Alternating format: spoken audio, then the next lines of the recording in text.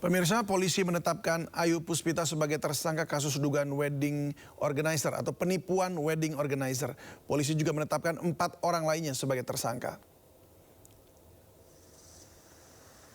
Ayu dan seorang berinisial D ditahan di Polres Jakarta Utara. Mereka akan menjalani pemeriksaan sambil pihak kepolisian menerima laporan dari para korban penipuan wedding organizer AP.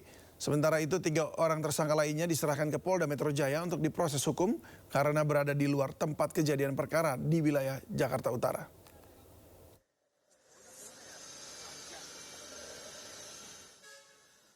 Sebelumnya video acara pernikahan di sebuah gedung di Jakarta tanpa hidangan makanan gara-gara pihak wedding organizer mangkir di hari H viral di media sosial. Ujungnya tersangka Ayu Puspita digeruduk korban.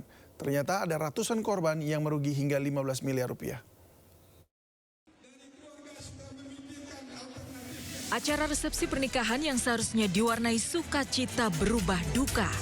Acara yang digelar di salah satu gedung di Jakarta Barat ini digelar tanpa hidangan makanan untuk para tamu. Seluruh wadah makanan kosong karena pihak wedding organizer bernama Ayu Puspita mangkir di hari H. Meski resepsi pernikahan tetap digelar, keluarga harus menanggung malu dan amarah sepanjang acara. Tak hanya 1 atau 2 korban, wedding organizer Ayu Puspita diduga juga menipu ratusan orang lainnya. Para korban yang kesal menggeruduk rumah pemilik WO Ayu Puspita di kawasan Cipayung, Jakarta Timur. Saat diinterogasi oleh para korban, pemilik WO berbelit-belit memberikan keterangan. Untuk mengumpulkan lagi dana itu dari penjualan untuk penjualan ke depannya sih penjualan gigi. Oh, percaya lagi. Tak kunjung dapat kepastian kapan uang kembali, para korban pun emosi. Untuk mencegah tindakan anarkis, petugas kepolisian mengamankan Ayu Puspita dan menenangkan massa.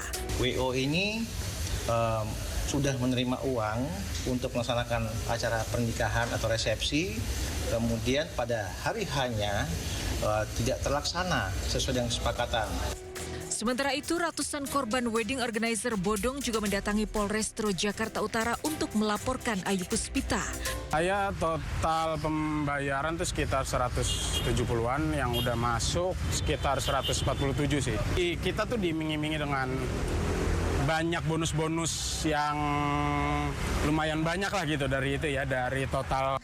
Dari kerugian sementara, kerugian korban diperkirakan mencapai 15 miliar rupiah lebih. Dari Jakarta, Sofyan Firdaus, Rio Manik, iNews melaporkan.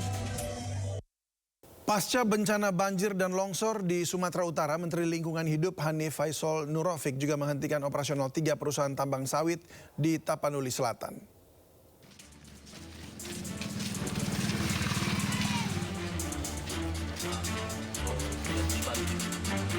Menteri Lingkungan Hidup Hanif Faisal Nurofik memerintahkan 3 perusahaan besar di hulu daerah aliran Sungai Batang Toru, Kabupaten Tapanuli Selatan untuk menghentikan kegiatan mulai Sabtu 6 Desember. 3 perusahaan yang terkena sanksi penghentian sementara adalah PT Agincourt Resources, PT Perkebunan Nusantara 3, dan PT North Sumatra Hydro Energy Pengembang PLTA Batang Toru. Seluruh perusahaan diinstruksikan mengikuti audit lingkungan ketat sebagai syarat pemulihan operasional. Pemeriksaan resmi dijadwalkan pada 8 Desember 2025 di Jakarta. Saya sedang melakukan langkah-langkah penanganan lebih lanjut, jadi kita evaluasi total semua perizinan karena memang curah hujannya ini di luar proyeksi waktu penyusunan dokumen AMDAL beberapa puluh tahun yang lalu, sehingga kita perlu sesuaikan kembali kaedah ini. Namun sekali lagi terkait dengan bencana ini yang memang harus ada yang tanggung jawab. Yang sedang kita audit dari mulai atas namanya TPL. TPL oke Pak. Kemudian ada LTA. LTA oke Pak. Kemudian ada perusahaan tambang emas. Kemudian ada perusahaan PTPN. Keputusan ini diambil usai Menteri Hanif melakukan inspeksi udara dan darat di Hulu Das Batang Toru dan Garoga. Pemerintah menemukan sejumlah temuan terkait aktivitas yang berpotensi memicu kerusakan ekologis.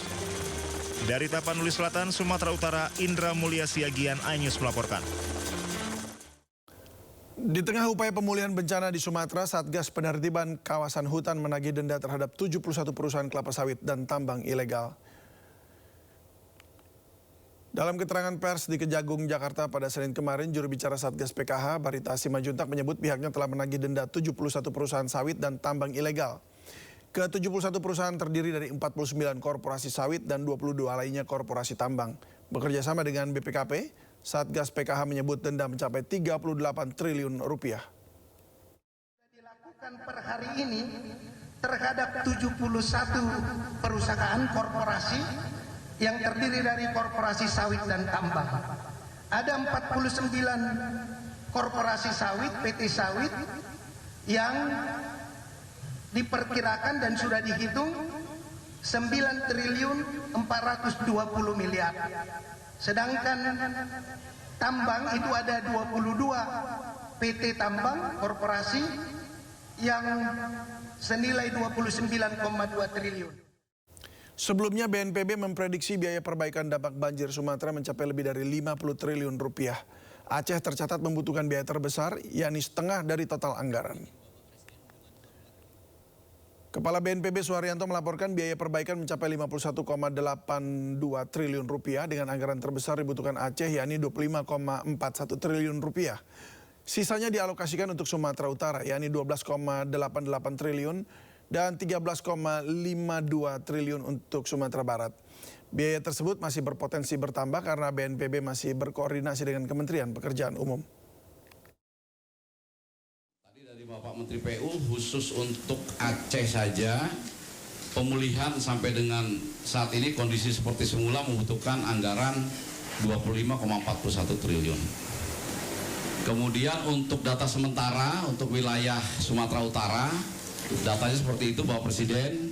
Kami sudah berkoordinasi dengan Kementerian PU untuk mengembalikan kondisi semula. Ini rehabilitasi rekonstruksi membutuhkan anggaran sekitar 12,88 triliun. Kami laporkan untuk Sumatera Barat hasil penghitungan sementara dari Kemen PU untuk memulihkan ke sebelum terjadi bencana atau menjadi lebih baik. Ini membutuhkan anggaran 13,52 triliun. Sebuah gedung 7 lantai yang dijadikan kantor perusahaan jasa pesawat tanpa awak atau drone di Jalan Lejen Suprapto, Kemayoran, Jakarta Pusat terbakar. Diduga dan juga baru saja dikonfirmasi oleh Kapolres Metro Jakarta Pusat, 22 orang tewas dalam peristiwa ini. Sebuah gedung 7 lantai ini yang dijadikan kantor perusahaan jasa pesawat tanpa awak atau drone terbakar, dan titik api yang berada di lantai bawah membuat seluruh ruangan di lantai atas dipenuhi kepulan asap. Belasan karyawan terjebak di lantai paling atas gedung. Evakuasi berjalan dramatis dan para karyawan harus bergantian menuruni anak tangga setinggi 15 meter di dinding luar gedung ke arah gedung sebelah. Menurut salah seorang saksi, karyawan yang berencana akan menyantap makan siang berlarian naik ke lantai atas ketika melihat kobaran api di lantai dasar. Dan api berhasil dipadamkan 1 jam kemudian setelah 28 unit mobil damkar diterjunkan ke lokasi. Itu di atas ada berapa banyak, Pak? Sekitar 15-an orang masih ada di atas, ada di lantai 3 sampai lantai 7. Lantai 7. Ya. Rata-rata banyak karyawan cewek atau gimana, Pak? Rata-rata cewek, karena kan kejadian ini pas jam makan siang seperti itu. Jadi jam makan siang di bawah juga minim pengamanan seperti itu. Jadi ketika kebakaran mungkin orang lagi makan siang ya seperti itu. Berarti yang kebakar hanya lantai dasar aja atau? Lantai dasar.